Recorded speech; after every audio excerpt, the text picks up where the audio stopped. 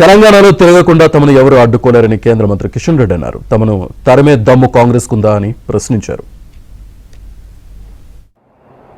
గ్యారంటీల పేరుతో ప్రకటించారు. మీ నాయకుడైనటువంటి రాహుల్ గాంధీ తెలంగాణలో ఊరూరు తిరుగుతూ గ్యారంటీలు ఇచ్చారు కదా, హామీలు ఇచ్చారు కదా, ఓట్లు వేయించుకున్నారు కదా. మరి ఆ హామీలకు ఎవరు బాధ్యత వహిస్తారు?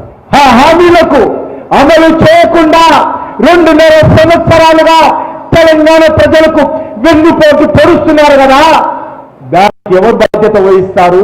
ఎవరు రాజీనామా చేస్తారు? రేవంత్ రెడ్డి నన్ను అంటున్నాడు. ఆయన తెలంగాణ నుంచి తరిమి కొడతా. నేను టిఆర్ఎస్ కార్యకర్తను కాదు, నేను కాంగ్రెస్ పార్టీ కార్యకర్తను కాదు, చేతగానటువంటి రాహుల్ గాంధీ నేతృత్వంలో పనిచేస్తున్నటువంటి వ్యక్తిని కాదు. నేను భారతీయ జనతా పార్టీ కార్యకర్తను. రేవంత్ రెడ్డి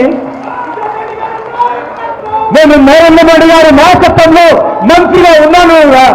రేవంత్ రెడ్డి ప్రాణాలకు తెగించి కూడా ఈ దేశం కోసం పనిచేసేటువంటి కార్యకర్తలు మా పార్టీ కార్యకర్తలు. నన్ను నువ్వు తెలంగాణ నుంచి అడ్డుకోకుండా తిరుగుతావా? తెలంగాణ పెరుగుదల నుంచి తరిగి కొడతావా? అంత దమ్ము ధైర్యము ఈ కాంగ్రెస్ పార్టీ